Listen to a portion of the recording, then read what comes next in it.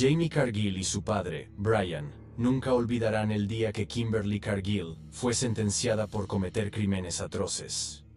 Esta es su historia. Naces de una mujer que pasa a ser tu mamá y pensarías que querrías a tu mamá más allá de todo. Me gusta la idea de tener mamá, pero yo no quiero ser hijo de ella. Y cuando la veo, no puedo evitar sentir odio y furia. Muchas veces me preguntaron si alguna vez pensé en ir a visitarla. Y casi siempre respondo lo mismo. No quiero verla nunca más. No puedo más que coincidir con ella. Hablamos de un crimen que se planificó y se concretó. Para hacer algo así hay que ser una persona malvada y vil. Y ella se merece lo que vaya a pasarle. Esta foto es una foto familiar y la verdad es la única foto de todos juntos como familia. Puede que otros la miren y piensen, qué familia feliz.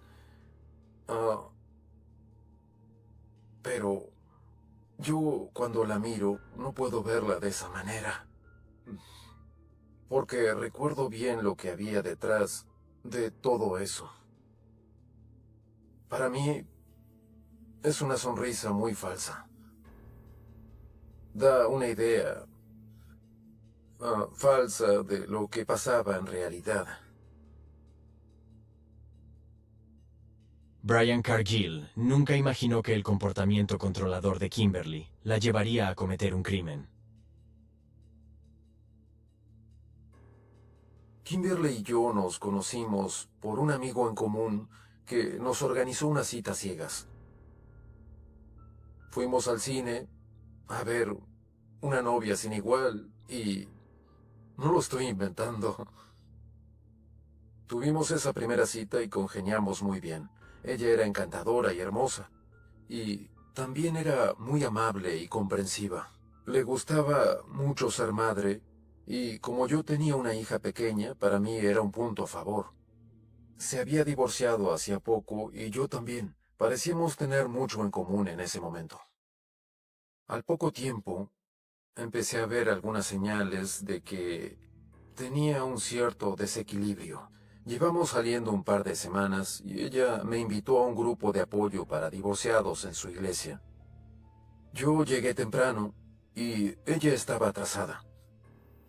Y cuando ella llegó, se aseguró de no sentarse cerca de mí. Y yo no sabía qué pasaba porque ella había sido la que me había invitado. Y después, ella se mostraba muy molesta conmigo y yo no entendía por qué. Sin mí, yo te invité a venir, tendrías que haberme esperado. Parecía ser una nimiedad. Disculpa, lo siento, pero le cambió tan rápido el humor por algo tan menor que quedé desconcertado porque no sabía lo que le estaba pasando. Yo traté de responder lo que hubiera respondido una persona normal. Bueno, lo siento. La verdad, no quise hacer eso. Y entonces de pronto se puso muy romántica y apasionada. Dio un cambio radical y me hizo olvidar lo que había pasado. No pensé, algo anda mal, tengo que alejarme de esta persona. Sino más bien, wow, yo le agrado en verdad a ella. Cuando Brian se mudó con Kimberly, descubrió otro lado inquietante de su personalidad. Kimberly era muy autoritaria y se hacía lo que ella decía y punto. Me operaron de la vesícula y luego de la cirugía me fui a mi casa. Me habían dado mucha medicación. Hice reposo y Kimberly se enfadó mucho conmigo porque había arrojado un pañal de mi hija a un contenedor que, según ella, no era para eso, era para otra cosa. Perdió los estribos y empezó a gritarme. Esa noche de pronto me quedé sin medicina. Hubo varias veces en esa época en que iba a buscar mi medicina y sabía que quedaban varias pastillas, pero de repente solo quedaba una. O incluso quizás iba y no había ninguna. Estaban los frascos, pero todos vacíos, y yo juraba que quedaban pastillas. Yo nunca la consideré el tipo de persona que haría eso con la intención de hacerme sufrir. Pero la verdad siempre pensé que Kimberly las había tomado. Brian decidió terminar la relación, pero Kimberly ya tenía sus propios planes.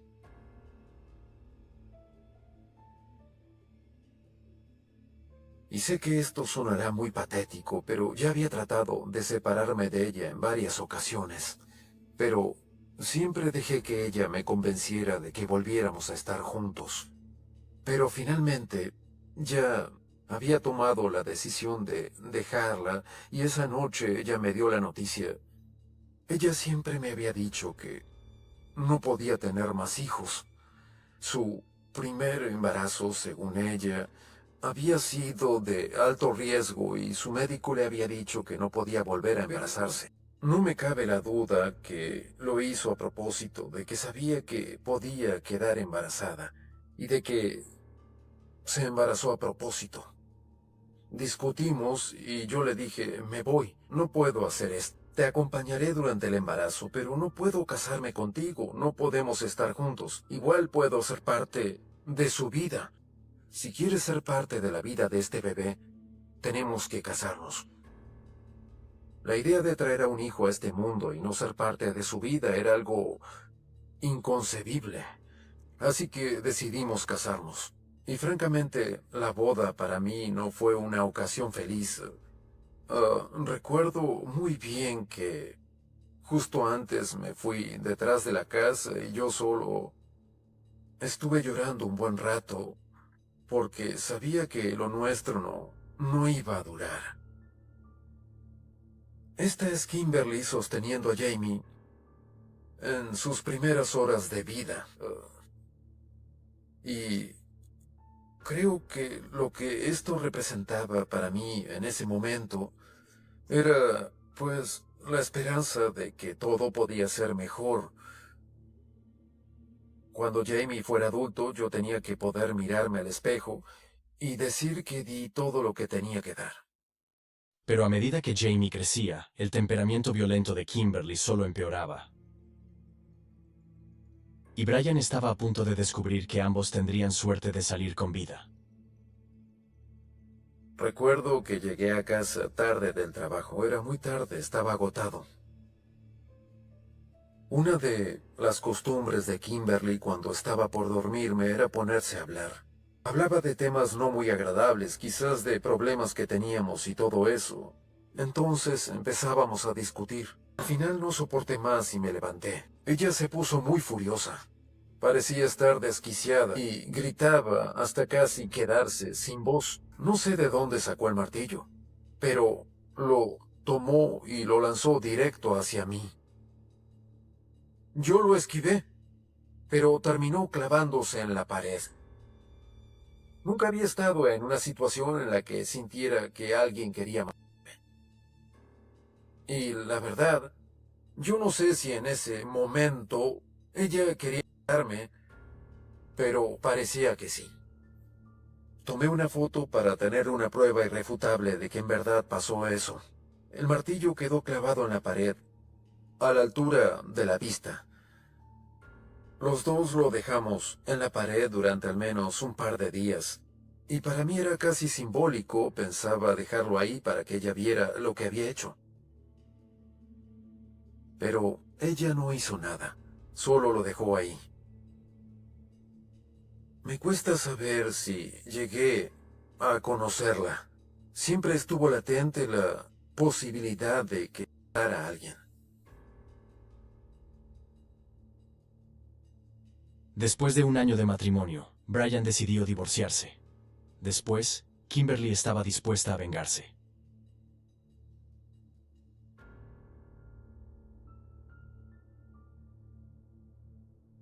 Cuando me dieron la custodia de Jamie, quería creer que la pesadilla había terminado. Pero hubo un incidente que ocurrió en mi casa en el que Jamie y yo tuvimos una pelea. Él estaba mirando un programa y yo me paré frente al televisor y dije, si cambias de canal me muevo. Y él respondió, muévete de ahí. Y yo dije, no, no me muevo. Él dijo, ok, pues te muevo yo. Así que él me movió y yo empecé a empujarlo. Empezamos a forcejear el uno contra el otro. Yo me caí y me golpeé la cabeza con la punta de un mueble que había. Yo me caí y me golpeé la cabeza con la punta de un mueble que había. Así que llamé a mi mamá. Mi mamá era una experta manipuladora y ella decidió hablar con un abogado el otro día y me hizo escribir lo que había pasado palabra por palabra en una declaración jurada. Y mucho de lo que figura ahí es lo que me dictaba ella mientras yo escribía. Dice, ayer 11 de noviembre a las 8:45 de la noche, mi papá y yo estábamos mirando televisión y tuvimos un desacuerdo. Yo me paré delante del televisor, mi papá se enfadó y me tomó de la camiseta, me levantó y me lanzó al piso. Sí se paró delante del televisor, sí tuvimos un desacuerdo, pero cuando dice me tomó de la camiseta, me levantó y me lanzó al piso, esa parte no es para nada cierta. Su manera de manipular era tomar un ápice de verdad sobre algo que había pasado y luego acomodarlo de tal modo que la beneficiara a ella y la hiciera quedar bien.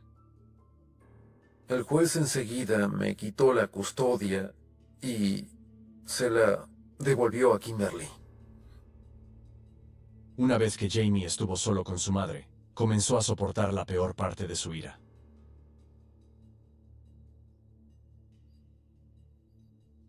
La relación con mi mamá, pues, era muy rara. Una vez me dijo, ven a sentarte conmigo y miremos televisión juntos. Y después vio que tenía una mancha en la camiseta. Le cambió el humor. Ella se enfureció enseguida. Y de repente empezó a gritarme y yo le contesté, te odio. No quiero verte nunca más. Me llevó afuera. Yo tenía pantalones cortos y una camiseta, y hacía mucho frío.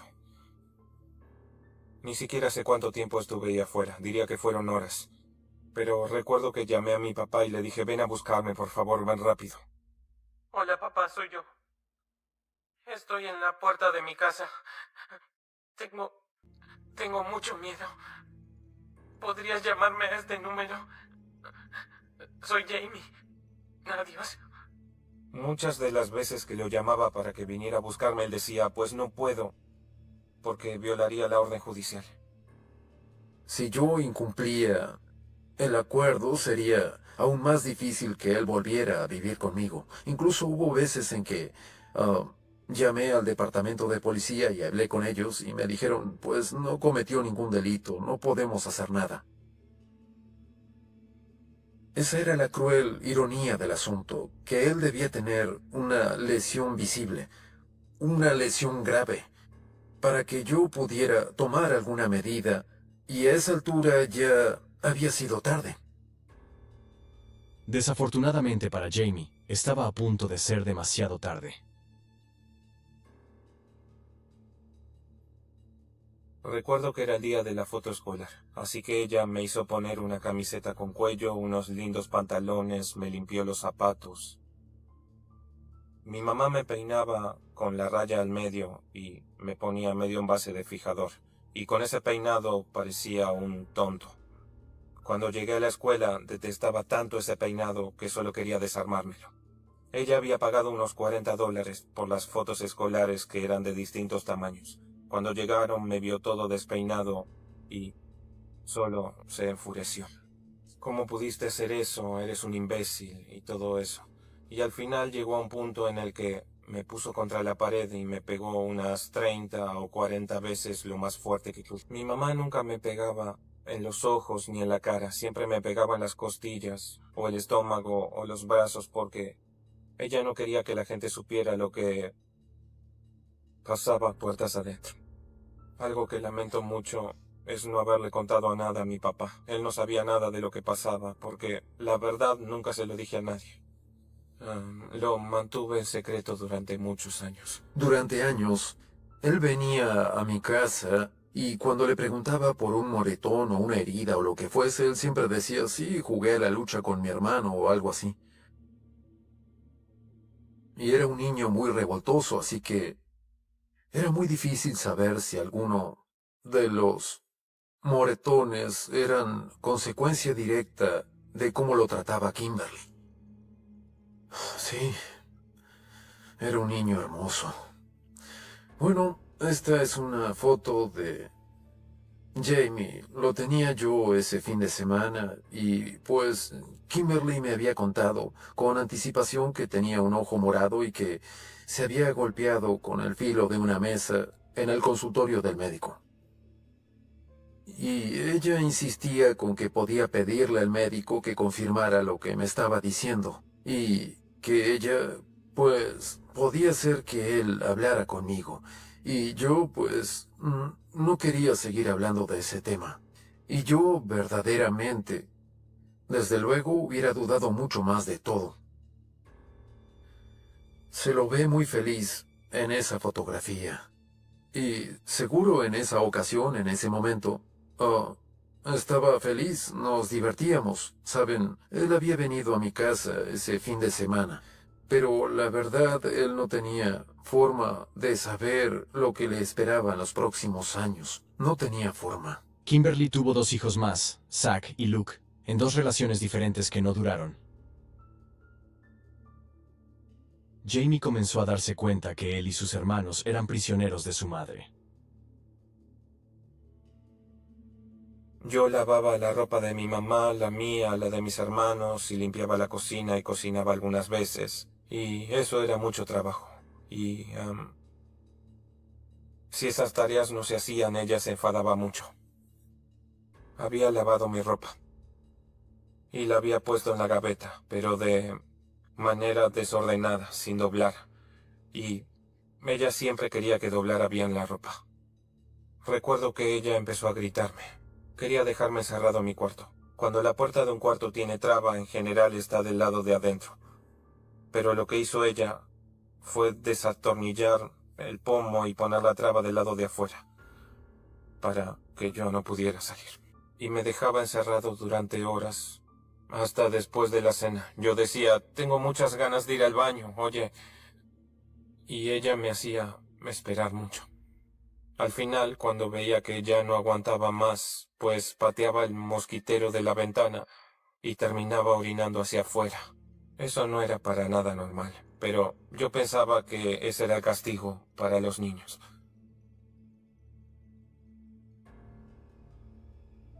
A medida que Jamie crecía, descubrió que él y sus hermanos no tenían a quien pedir ayuda. Las cosas no estaban bien entre mi mamá y yo. Yo estaba jugando a los videojuegos para pasar el rato. La consola era lo único que me hacía olvidar que estaba atrapado en esa casa. Y mi mamá empezó a regañarme por vivir jugando videojuegos. Me desconectó todo. Yo me enfadé mucho, más de lo que me pude enfadar en toda mi vida. Tomé la consola, la arrojé por la ventana y eso empeoró. Ella tomó el cable de la consola y me lo pasó alrededor del cuello y tiró hacia atrás. No puedes más que sentir miedo e impotencia y pues esperar que la persona que tienes atrás y te está haciendo eso se detenga. 5 segundos más y me hubiera desmayado. Y creo que pude tomar mi teléfono después de eso, llamar a la policía y hacer que interviniera. Yo tenía la impresión de que la policía estaba para ayudarte, pero cuando tienes una madre como la mía que podía enredarte con las palabras y engañar a todo el mundo y manipular a los demás, la verdad no puedes culpar a los policías por dejarse manipular por ella. Ella siempre se ponía a llorar para hacerles creer a los demás que ella era la víctima de la situación. Decía que yo la había empujado contra la pared y que ella había quedado tendida en el piso conmigo arriba. Yo terminé quedando como el único malo de la película y mi mamá terminó quedando como una madre luchando contra un hijo desobediente. Lo peor de todo es que metió a mi hermano, así que eran 2 contra 1 en esencia. Mi mamá obligó a mi hermano a mentir. Zack, igual que yo, sufrió muchos maltratos. Recuerdo ver a un niño confundido debatiéndose entre ayudar a su hermano y serle leal a su mamá, y él sintió que tenía que decir lo mismo que ella. Eso fue lo que Zack le dijo a la policía. No lo culpo por eso. No lo culpo en absoluto por eso, pero sin dudas culpo a mi mamá por manipular la situación para provecho suyo. Recibí una citación judicial, creo que por agresión, pero terminaron desestimándola. Cuando volví me dijo, si llegas a contarle a alguien, si le cuentas a tu papá o a los profesores o a tus consejeros o a quien sea, yo te...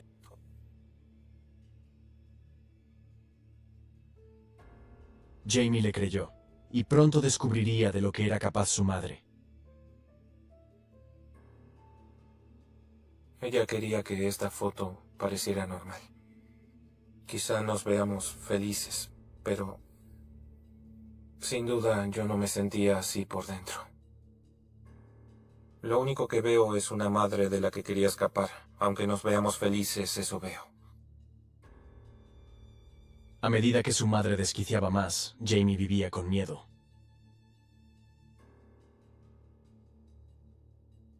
Me había metido en problemas en la escuela y me enviaron a la oficina del director. Y recuerdo que estaba muy asustado porque tenían que llamar a mi mamá. Yo sabía que no quería ir a casa porque sabía lo que pasaría. Así que me escapé cuando salí. Entré en una tienda, traté de esconderme en la parte de atrás del local y me quedé ahí hasta las 8 o 9 de la noche. Lo único que quería era ocultarme, quería tratar de evitar el peligro que corría si volvía a casa. Quizás alguien me ayudaría, que al verme solo me ayudaría. ¿Qué haces acá? Me terminó atrapando el encargado de la tienda. Recuerdo haberle dicho que tenía miedo de volver, que me dejara quedar esa noche. Yo sabía que no quería ir a casa porque sabía lo que pasaría. A él le parecía que había que llamar a la policía y al rato, unos 20 minutos después, 25 minutos después, la policía llegó y terminaron llevándome a casa.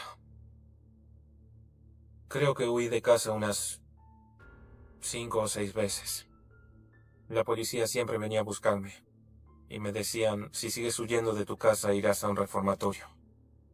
Y siempre me parecía una puñalada más de la policía. Mi papá no conocía el verdadero motivo por el que huía, solo sabía lo que yo le contaba. Recuerdo sentir que estaba atrapado, esa era la mayor sensación que tenía yo, la sensación de estar en un hoyo del que no podía salir. Y sentía que sin importar lo que hiciera nadie me ayudaría. Entonces un día, la madre de Jamie fue demasiado lejos.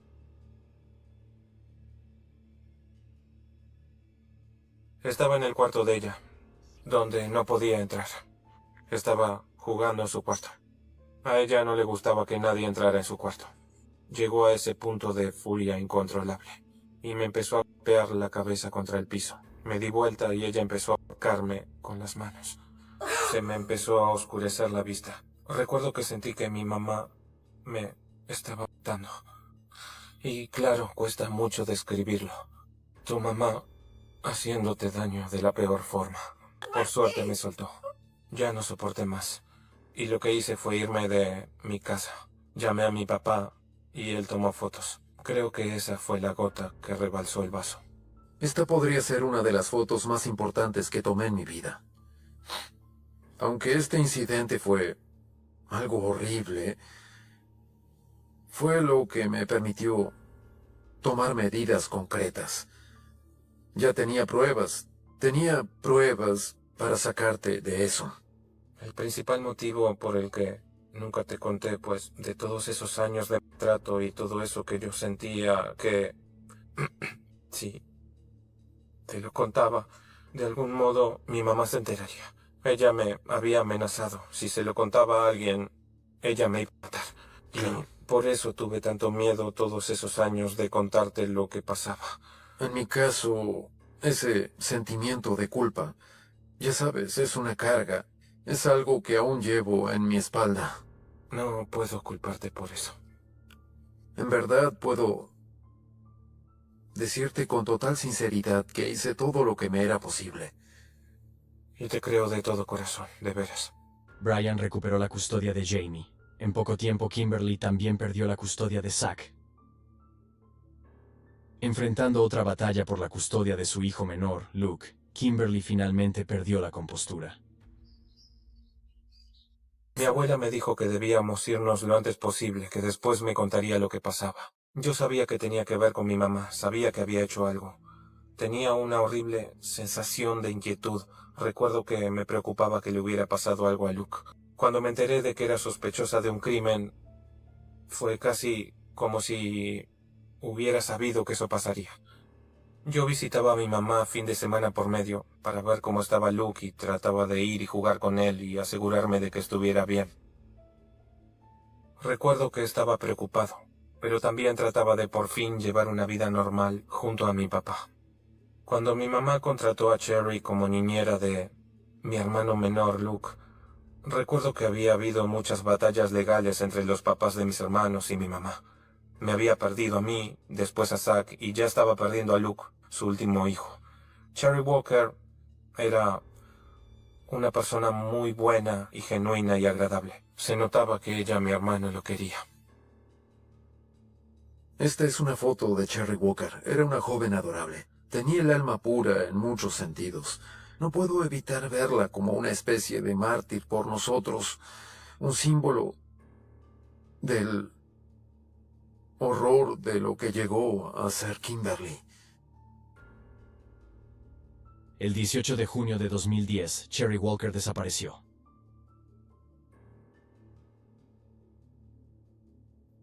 Lo recuerdo con total claridad. Mi teléfono vibró y me fijé y era la madre de Kimberly. Ella me dijo, ¿conoces a Cherry Walker? Hallaron su cuerpo quemado en un descampado. Recuerdo que lo primero que dije fue...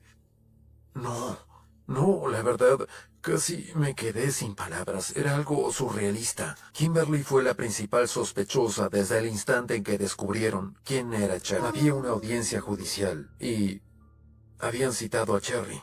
Y cuando pasó eso, pienso que Kimberly se sintió desesperada para impedir que testificara. Kimberly, bueno, ¿Sí? la versión de los hechos de Kimberly en el juicio fue que ella fue a recoger a Cherry Walker para cenar y hablar de su testimonio. En el juicio que estaba por empezar, que Cherry tuvo un ataque y que ella dejó de respirar y luego estuvo dando vueltas con el auto pensando en qué hacer. Ella decidió que tenía que llevarla a un descampado. Tomó líquido para encendedores del maletero y le prendió fuego.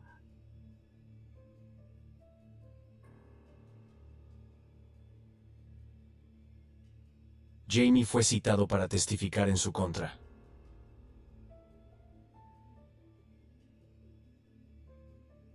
La primera vez que vi a mi mamá desde la noticia y la última vez que vi a mi mamá en mi vida fue cuando subí al estrado.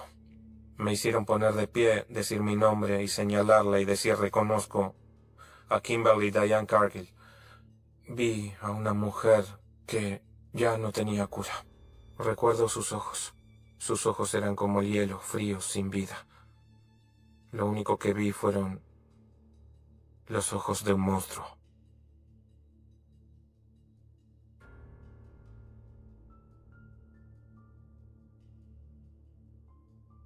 No imaginaba el gran impacto que tendría mi testimonio y me sentí muy mal porque no quería que nadie muriera por mi culpa.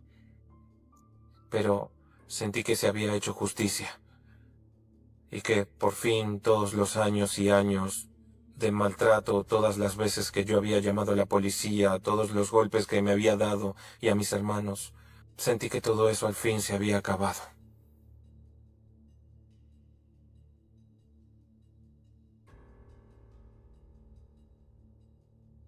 Me peleaba en la escuela, me peleaba con mi papá, era rebelde, no quería ir a terapia, no quería ayuda.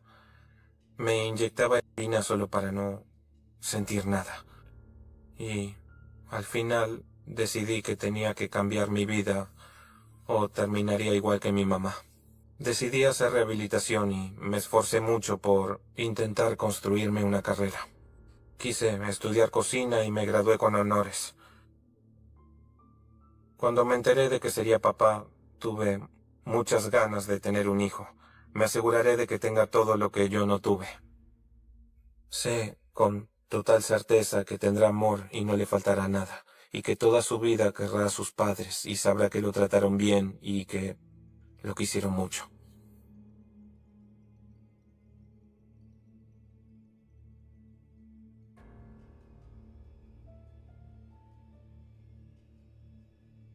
Esta es una foto de Kimberly en la prisión. Siento que no conozco a esta persona. La veo como Kimberly, la vecina, y no la veo como Kimberly, la madre de mi hijo.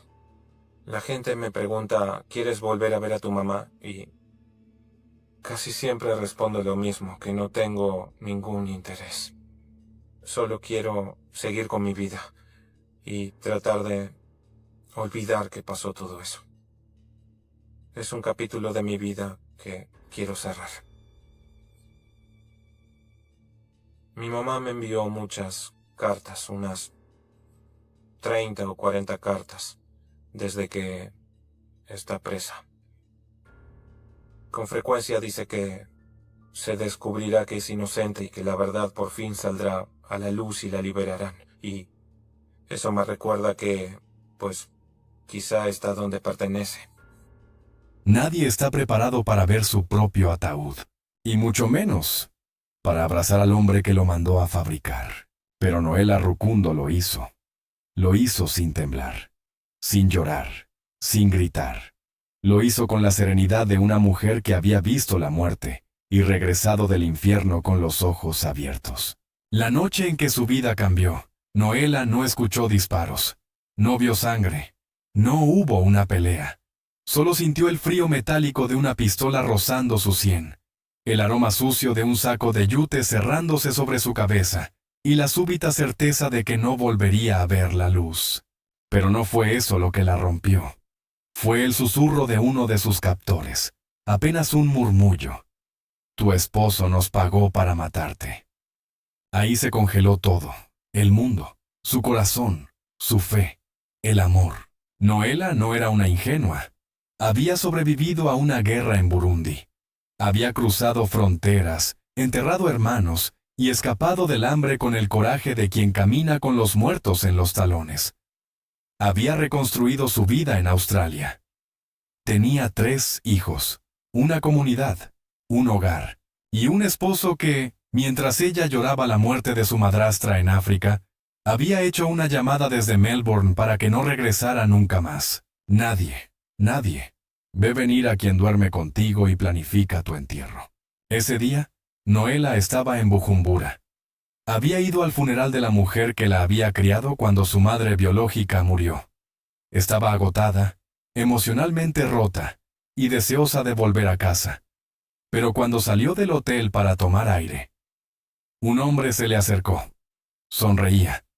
Le preguntó si estaba bien. Luego, de un segundo al otro, una pistola, una camioneta, un viaje en silencio. No gritó. Sabía que en Burundi, las mujeres que gritaban no siempre volvían, y ella tenía que volver. Pero lo que encontró al llegar al lugar donde la llevaron no fue lo que esperaba.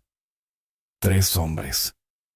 Uno con una voz gruesa como el trueno, otro con ojos pequeños y crueles. El tercero era el que parecía liderar. Calmado. Profesional. Y entonces le dijeron las palabras que desgarrarían su alma. Tu marido nos contrató. Nos pagó por adelantado, pero no vamos a matarte. ¿Piedad? No, negocio. Uno de ellos se encogió de hombros y dijo, no matamos mujeres, no por dinero. Él es estúpido. Te ama y quiere matarte. Absurdo. Noela sintió que el aire se deshacía, que el suelo no existía. Ese hombre, Balenga Kalala, el padre de sus hijos, el que rezaba con ella, el que le decía, te amo, cada mañana. Había transferido dinero para hacerla desaparecer del mundo, y el mundo casi obedeció. Los secuestradores la mantuvieron cautiva durante 2 días. No la golpearon, no la maltrataron. Pero cada segundo era un pozo de locura. Durante ese tiempo, escuchó todo. Las grabaciones, las pruebas, las llamadas de su esposo. ¿Ya la mataron? ¿Pueden mandarme una foto de su cadáver? Quiero asegurarme. A cada palabra, Noela moría un poco. Hasta que, al tercer día, uno de los hombres le puso un celular en las manos. Llama a tu embajada. Vete. Y no mires atrás. La dejaron en una carretera. Con vida, pero sin alma. Volvió al hotel. Se escondió. Esperó. Contactó a la embajada australiana. Ellos, desconcertados, la protegieron. La ayudaron a planear el regreso. Pero Noela no regresó como víctima.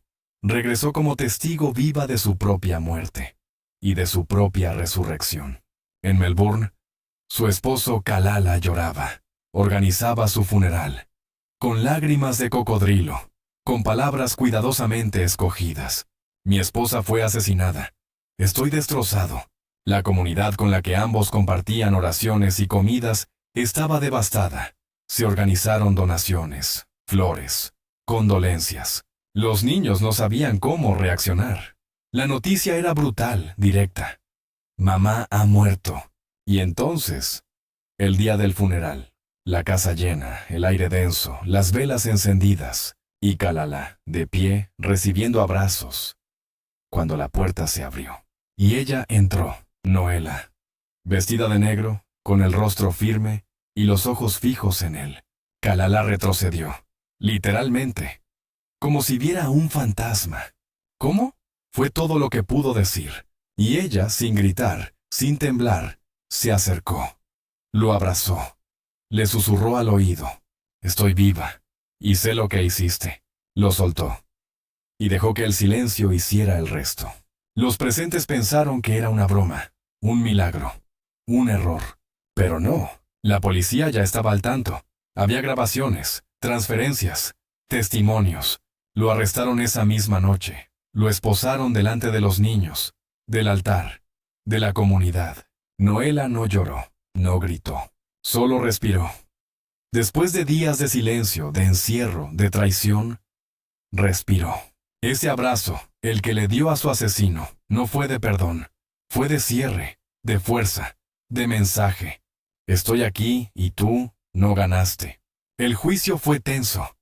La defensa de Kalala intentó todo, que era una confusión, que él había sido manipulado, que amaba a su esposa. Pero las pruebas eran claras. Había contratado asesinos, había pagado, había seguido el plan, y solo porque los criminales tenían más ética que él, Noela seguía viva. El juez lo sentenció a 9 años de prisión. Solo 9. Pero ella había ganado algo más grande que justicia. Había recuperado su voz, su poder, su historia. Noela vive hoy lejos del foco. No da entrevistas con frecuencia. Pero cuando habla, su mensaje es claro. Si te duele algo en tu relación, escúchalo. El amor no debe doler. El amor no debería planificar tu funeral. No fue una historia de milagros. Fue una historia de horror y de coraje. Porque solo alguien que ha tocado la tumba y vuelto sabe el valor que tiene abrazar a quien quiso enterrarte. Y no hacerlo desde el odio, sino desde la fuerza que da la verdad. Pero eso fue solo el principio. Porque la historia de Noela, en realidad, comenzó mucho antes. Años antes del secuestro. Antes del amor, antes del matrimonio. Y para entender cómo un esposo llega a desear la muerte de su mujer, primero hay que entender quién era él. Y qué se escondía detrás de esa sonrisa. Antes de que Noela Rukundo caminara hacia su propio funeral. Hubo una historia de amor, o al menos eso parecía, porque los monstruos más peligrosos no siempre llevan cuchillos. A veces llevan flores, y saben escuchar, saben cuándo llorar, cuándo callar, y cuándo decir te amo, como quien lanza un anzuelo. Balenga Kalala no era un desconocido. Noela lo conoció en un centro para refugiados en Melbourne, Australia. Ambos venían de heridas similares, pasados sangrientos, familias rotas. Él había escapado de la guerra en el Congo. Ella, del caos en Burundi. Y entre papeles de inmigración, noches de frío en un país que no los entendía del todo, y esa soledad compartida entre exiliados. Se enamoraron. O eso creyó Noela. Kalala era gentil, servicial, siempre presente. La acompañaba a sus citas médicas, ayudaba con los niños, oraban juntos, construyeron una familia. A los ojos de todos, eran una pareja fuerte, resiliente, ejemplo de superación. Y tal vez, durante un tiempo, lo fueron. Pero el amor verdadero no oculta sombras, y Kalala tenía una. Oscura, silenciosa, insoportable. Un pasado que nunca terminó. Un rencor que hervía en su interior como un veneno sin antídoto. Porque Kalala no era solo un refugiado. Era un hombre que había sobrevivido a una masacre. Había visto morir a sus padres, a sus hermanos. Había perdido todo. Y juró que nunca más sería débil. Nunca más sería traicionado. Ese juramento, silencioso y profundo, fue lo que lo llevó a convertirse en otra cosa. Alguien que confundía amor con posesión. Control con cuidado. Miedo con fidelidad. Al principio, eran detalles pequeños. Noela recordaba cómo él insistía en saber dónde estaba cada hora. Le preguntaba por qué tardaba tanto en regresar del supermercado. ¿A quién saludaba en la iglesia? Ella, al principio, lo atribuía a la inseguridad, al trauma, a los celos de quien ha perdido todo. Pero luego, comenzaron los silencios, las miradas frías, los comentarios punzantes en público. Te vistes como si buscaras que te miren. No necesito una esposa que tenga tantos amigos. Recuerda que yo te traje aquí.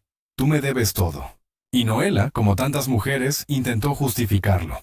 Está estresado. Trabaja mucho. Está preocupado por los niños. Hasta que un día no pudo más. Una noche, mientras cenaban, uno de los niños derramó jugo en la mesa. Un accidente simple, infantil.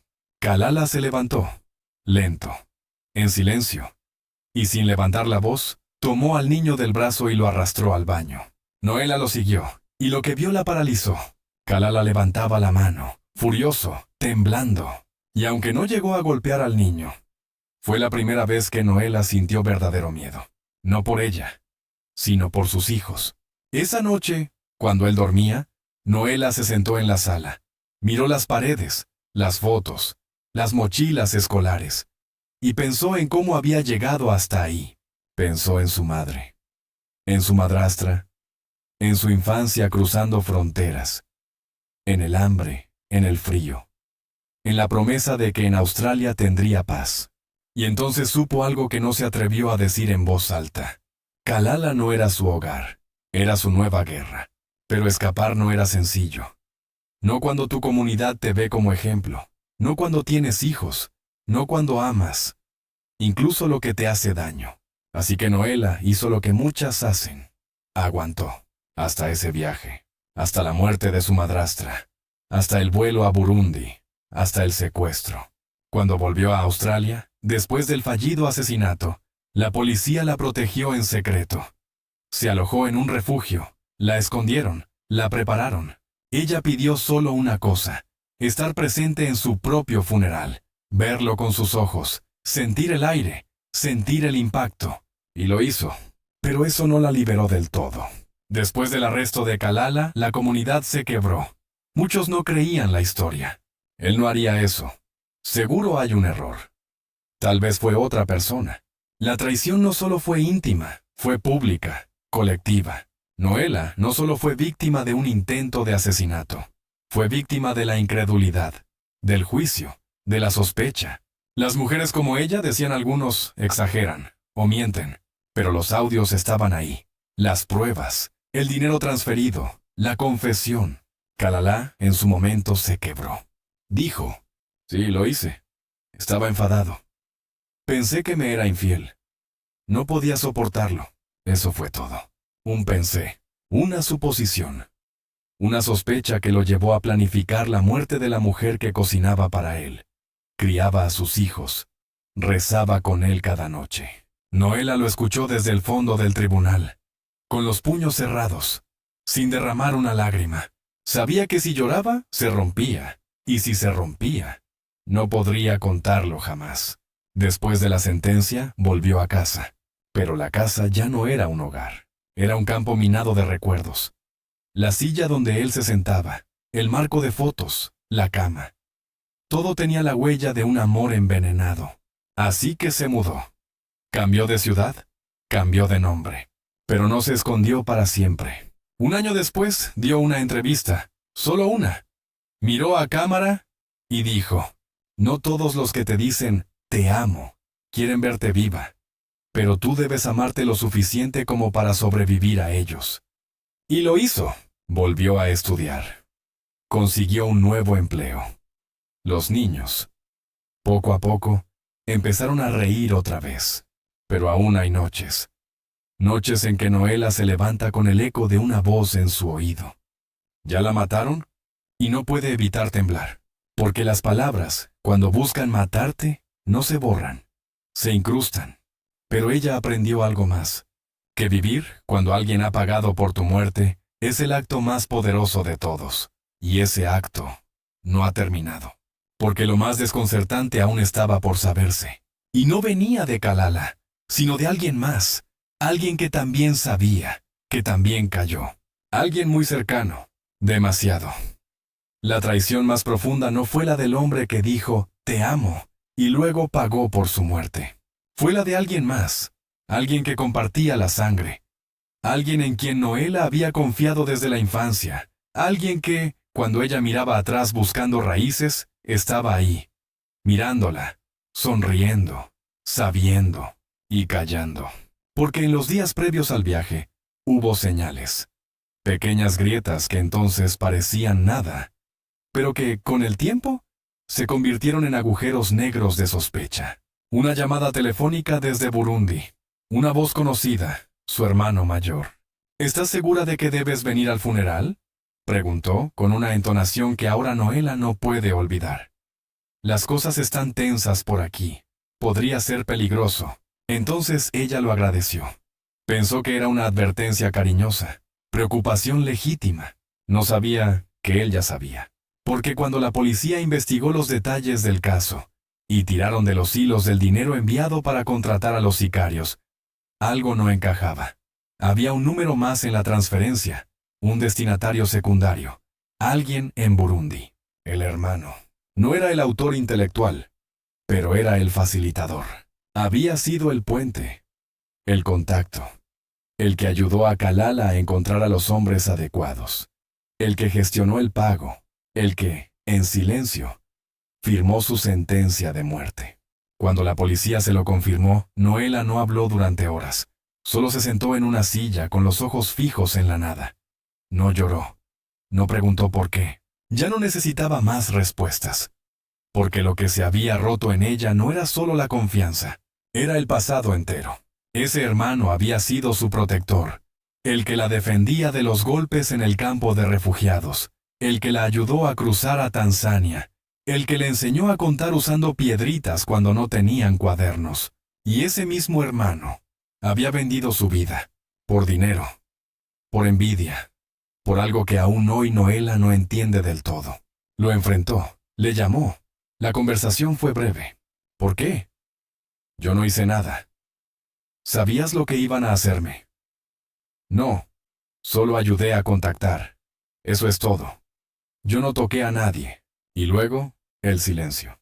El colgar del teléfono, la ausencia definitiva. Porque cuando la familia te traiciona, no queda nadie a quien volver a casa. Noela entendió entonces que su supervivencia no era solo física, era espiritual. Y empezaba en la reconstrucción de su propia identidad. Durante meses, Tuvo que mirar todo desde otra perspectiva. No solo su relación con Kalala, sino con sus raíces, sus orígenes, su historia de infancia. Porque cuando te intentan borrar del mapa, tienes que trazarte de nuevo, desde cero, como si nunca hubiera sido dibujada. Y eso hizo. Empezó por los niños, sus 3 hijos, confundidos, dolidos, asustados. Al principio, no podían dormir sin luz. Lloraban sin saber por qué. Tenían pesadillas con hombres en camionetas y bolsas en la cabeza, aunque jamás se les había contado cada detalle. Como si hubieran absorbido el trauma sin palabras. Así que Noela decidió contarles la verdad. Una noche, se sentaron en el suelo del nuevo departamento. No había muchos muebles aún, pero sí había silencio y necesidad. Papá intentó hacerme daño, les dijo con voz temblorosa pero firme. Pero estoy aquí, y estoy viva. Y ustedes también, y eso es todo lo que importa. Los niños no entendieron todo de inmediato, pero sí entendieron lo esencial. Mamá había vencido a la muerte, y eso los hacía fuertes. Desde entonces, todo en Noela cambió. Ya no hablaba bajo, ya no pedía permiso, ya no justificaba. Empezó a contar su historia. Primero en círculos pequeños, luego en charlas comunitarias, después en conferencias sobre violencia doméstica. Porque eso era lo que Kalala había hecho. Violencia, silenciosa, progresiva, estructural. Y muchas mujeres no sobrevivían para contarla. Pero ella sí. Y su voz no era para guardar. Era para romper cadenas. Una vez, en una charla, una mujer se levantó del público. Tenía las manos temblorosas y el labio inferior partido. Dijo, yo no sabía que podía irme, hasta que escuché lo tuyo. Y Noela supo, en ese instante, que cada día de miedo había valido la pena, si servía para abrir una sola puerta más. Pero el camino no fue recto, porque había noches en que la mente jugaba sucio, en que los sueños la devolvían a aquella camioneta, a la bolsa, a la voz del sicario, a la pregunta que la perseguía como un eco sin fin. ¿Ya la mataron? A veces despertaba gritando. Otras, en completo silencio, empapada en sudor, apretando los dientes. Una psicóloga le dijo una vez, lo que viviste tiene nombre, trauma complejo. Pero también tiene nombre lo que hiciste, supervivencia extraordinaria.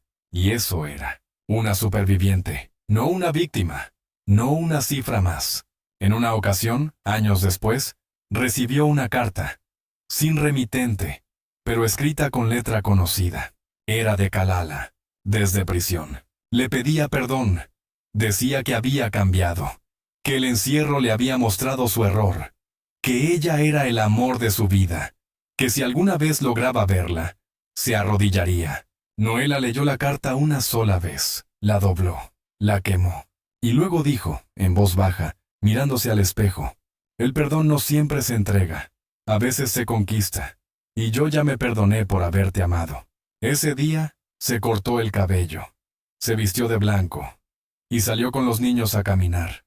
El mundo, de pronto, se sentía nuevo, pero ella no era la misma, ni debía serlo, porque el dolor, cuando no mata, transforma. Y ella se estaba transformando en algo que nadie podía detener. La transformación no ocurre como en las películas. No hay una música de fondo. No hay una escena con lluvia ni una frase final poderosa. La transformación real ocurre en silencio, en los días grises, cuando nadie está mirando. Y Noela Rukundo lo supo cuando empezó a caminar diferente. No con más prisa ni con más miedo, sino con otra postura, como quien ya no se esconde, como quien ha vuelto del abismo y sabe que el mundo ya no puede destruirla más.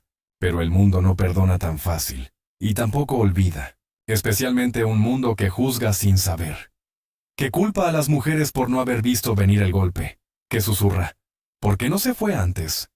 Como si el amor tuviera manuales, como si la amenaza se viera venir con luces rojas. Noela empezó a encontrar esos susurros en las esquinas de su nueva vida, en los comentarios de conocidos, en las miradas incómodas, en las redes sociales. Seguro ella hizo algo. Seguro él se sintió acorralado. Seguro fue una pelea mal entendida. Y lo más cruel, ella debió quedarse callada. Ya lo metieron preso. ¿Qué más quiere? Noela los leyó, uno por uno, en silencio, con los ojos secos y la mandíbula apretada, porque nadie entiende lo que significa sobrevivir a un intento de asesinato orquestado por la persona que duerme en tu cama, hasta que lo vives.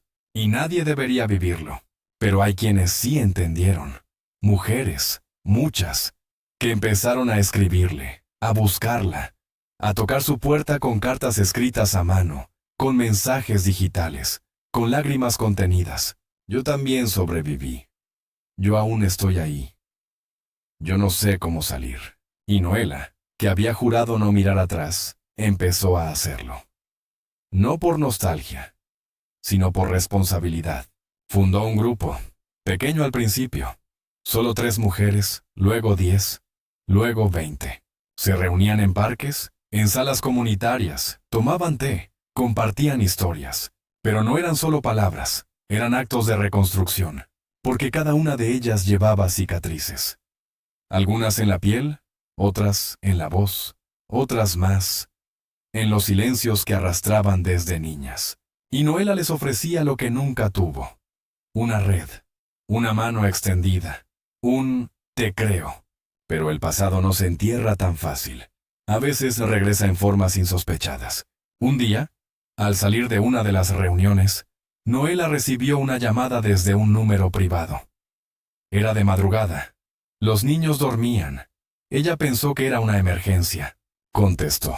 Y del otro lado, el mismo acento, la misma entonación, la misma sombra.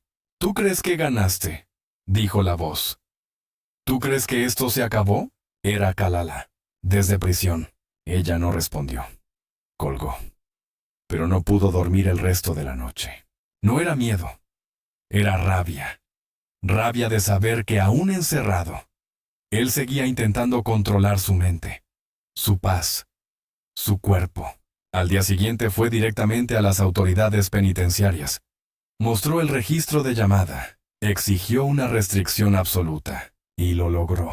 Kalala fue puesto en aislamiento. La llamada fue rastreada. Y los funcionarios advirtieron a Noela que probablemente no volvería a molestarla. Pero la herida ya estaba abierta otra vez. Y en esa herida, Noela encontró una nueva verdad. Que no basta con sobrevivir. Hay que seguir viviendo. Y eso era más difícil. Porque vivir, de verdad, significaba permitirse volver a confiar. Volver a mirar a los ojos. Volver a enamorarse. Y ella no sabía si podía. Durante años, evitó cualquier tipo de cercanía emocional. Decía que no necesitaba a nadie. Y en parte, era cierto. Había criado sola a 3 niños. Había reescrito su historia. Había resucitado. Pero un día, en una conferencia donde contaba su caso a un grupo de jóvenes en un instituto, ocurrió algo inesperado. Un profesor se le acercó. No la halagó. No la aduló. Solo le dijo: «Gracias. Yo crecí viendo a mi madre encerrada en una relación así. Y nunca tuve el valor de contarla». Ese hombre, sencillo, callado, con un cuaderno bajo el brazo, comenzó a coincidir con ella en otras charlas. Acompañaba a las reuniones, traía libros para los niños, pan casero, detalles pequeños, presencias suaves. Y poco a poco, Noela comenzó a sentir algo que no reconocía al principio. No mariposas, no adrenalina, no obsesión, paz. Y eso la asustó, porque para quien ha vivido entre explosiones emocionales, la calma parece sospechosa, peligrosa, frágil. Una tarde, mientras tomaban café en la cocina de su casa, él le dijo: «No tienes que temerme. Yo no vine a salvarte. Solo quiero estar cuando tú decidas bajar las defensas». Ella lo miró. No dijo nada, pero esa noche durmió por primera vez con la ventana abierta. Y despertó sin sobresaltos. Fue el inicio de algo nuevo, sin urgencias, sin etiquetas, sin pasado, solo presente. Pero no era una historia de cuento. Porque las cicatrices no desaparecen, solo se vuelven parte del mapa. A veces, él la abrazaba y ella se tensaba. A veces, los niños preguntaban si eso era amor. Y ella respondía, no lo sé, pero se siente como respirar sin miedo. Y eso, para alguien como ella, era suficiente. Kalala salió de prisión tras cumplir su condena. Intentó apelar. Intentó borrar su nombre del registro público. Dijo que merecía una segunda oportunidad. Noela no respondió públicamente. Pero en una entrevista posterior, dijo una frase que se volvió viral en redes sociales. Todos merecen una segunda oportunidad. Menos los que planificaron tu funeral mientras aún te daban los buenos días. Y con eso, cerró el capítulo para siempre. Pero no la historia. Porque la historia de Noela no es sobre crimen. Es sobre renacimiento. Sobre el momento en que una mujer fue llevada al borde, enterrada simbólicamente por el hombre que juró protegerla, y aún así, regresó. Regresó caminando, sin venganza, sin odio, solo con la fuerza de quien ya no necesita ser salvada, porque se salvó sola. Hay personas que mueren una vez, y hay otras que mueren varias veces, de formas pequeñas, invisibles. Noela Rukundo había muerto en la camioneta donde la encapucharon. Había muerto cuando escuchó el audio con la voz de su esposo preguntando si ya la habían asesinado. Había muerto en el momento exacto en que abrazó al hombre que la quería ver enterrada.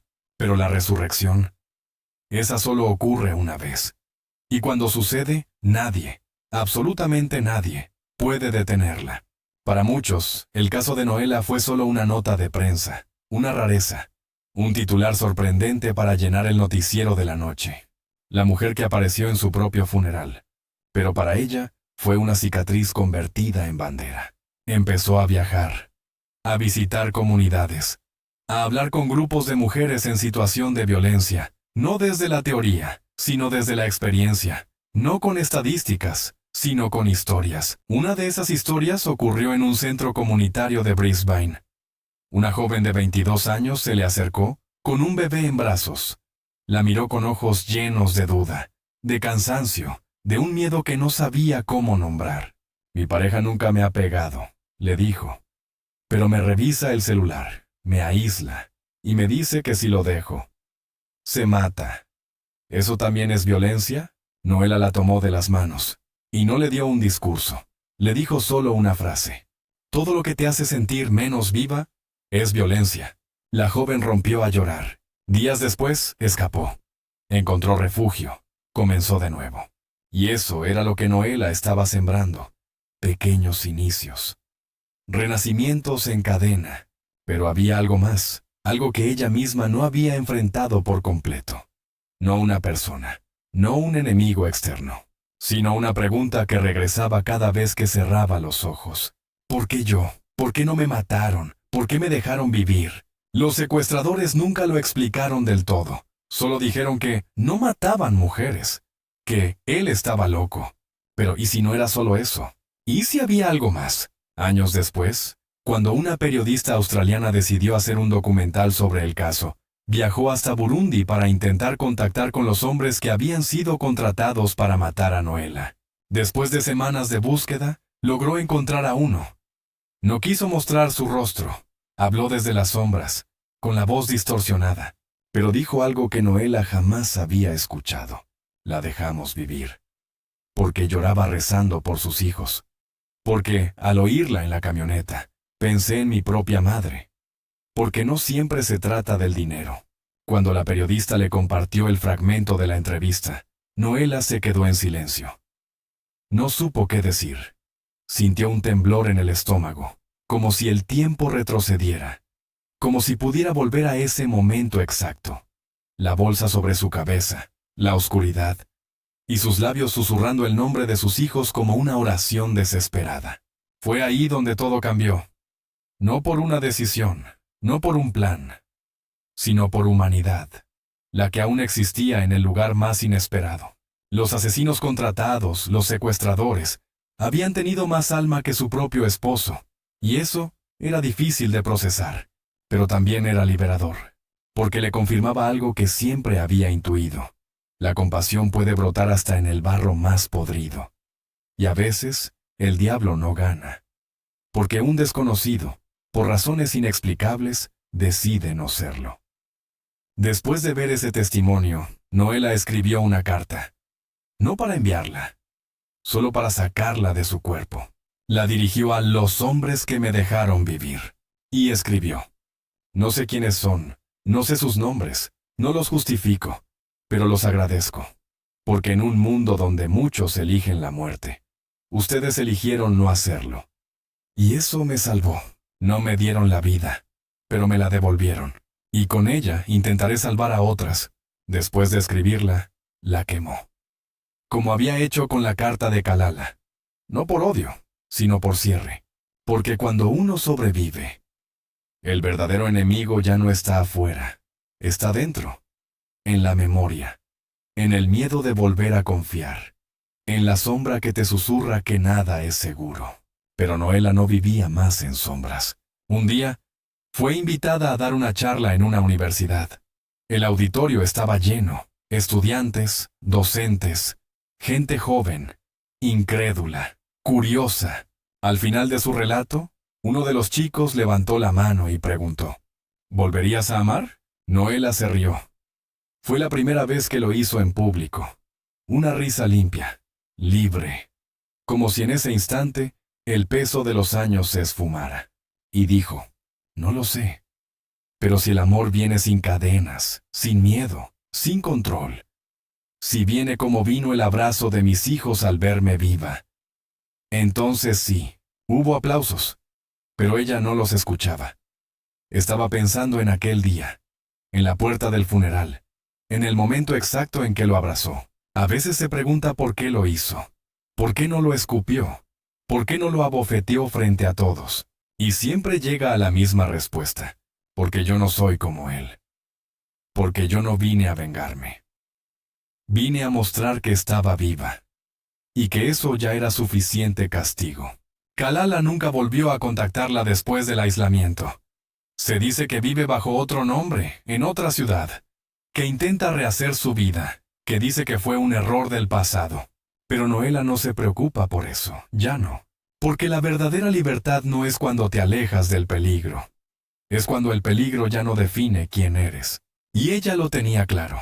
Era madre, era sobreviviente, era testigo, era voz, y, sobre todo, era libre. El día que Noela Rukundo volvió a pisar el cementerio donde había sido supuestamente enterrada, no fue sola. Iba de la mano de su hijo menor, el que lloraba dormido durante semanas llamando a una madre que, todos creían, ya no existía. Llevaba flores blancas, pero no para ella, para su madrastra, para esa mujer que la crió cuando la guerra lo había quitado todo. Mientras caminaban por entre las lápidas, el niño le preguntó: «Mamá, ¿por qué vinimos aquí si tú no estás muerta?»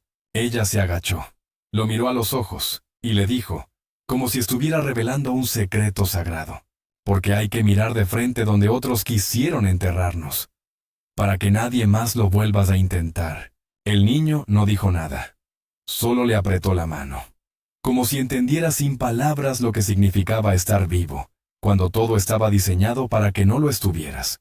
Ese momento fue un ritual, un acto simbólico de cierre, pero también de apertura, porque Noela comprendió algo que había estado negando durante años. Su historia ya no era solo suya, había cientos, miles, de mujeres que vivían en relaciones silenciosas donde la muerte no venía con un arma, sino con el desgaste diario, con el control, con el aislamiento, con las amenazas escondidas en frases dulces, con el «lo hago por tu bien». Y esas mujeres estaban esperando algo, una señal, un ejemplo, una prueba de que salir era posible, de que resistir tenía sentido, de que incluso cuando alguien te manda matar, hay una vida más allá del intento. Fue entonces cuando Noela decidió escribir. No un libro, no una biografía, no un manual de superación, sino cartas, cartas a otras mujeres. Cada mes, se sentaba en su escritorio, ponía música suave, y escribía una carta dirigida a una mujer desconocida, en un refugio, en una cárcel, en un pueblo perdido o en un hospital. No usaba nombres, solo escribía: «Querida tú, que aún no sabes si vale la pena seguir viva. Yo estuve donde estás, yo lloré en la oscuridad. Yo pensé que nadie me creería, Pero hoy estoy aquí. Y no porque fui valiente, sino porque no tenía otra opción. A veces, el miedo no desaparece. Solo aprendes a caminar con él. Y cuando te das cuenta de que no te mató, es porque tú eras más fuerte que su silencio. No estás sola, y aunque no me veas, estoy contigo. Porque una mujer que vuelve de la muerte no deja que otras caminen hacia ella. Las cartas eran anónimas. Se distribuían a través de redes de apoyo. Algunas nunca recibieron respuesta, otras sí. Una vez, una directora de un refugio le escribió diciendo: Noela, tus cartas han salvado más mujeres que cualquier política pública. Y ella, al leer eso, pensó en Kalala. En el día en que lo vio esposado, mirando el suelo, incapaz de sostenerle la mirada. Pensó en la ironía brutal de todo. El hombre que pagó por su silencio la había convertido en una voz inquebrantable. El hombre que la quería desaparecer la había vuelto inolvidable. Y el hombre que intentó destruirla la había empujado a construir algo mucho más grande. Noela no quería fama, no buscaba convertirse en símbolo, pero sabía que ya lo era. Un día, en una entrevista para televisión, le preguntaron: ¿te consideras una heroína? Ella se quedó en silencio y luego dijo: ¿no? Me considero una mujer cansada, que no quería morir sin haber contado la verdad. Y eso era todo. Pero la verdad tiene un poder que los verdugos nunca entienden. La verdad no mata, no encierra, no castiga.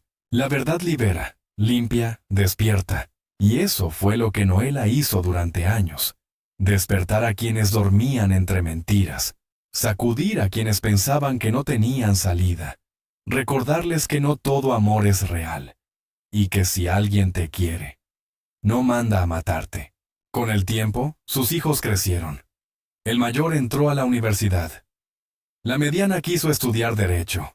La más pequeña decía que iba a ser escritora como mamá.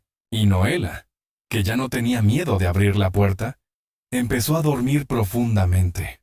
A reír sin culpa. A llorar sin esconderse.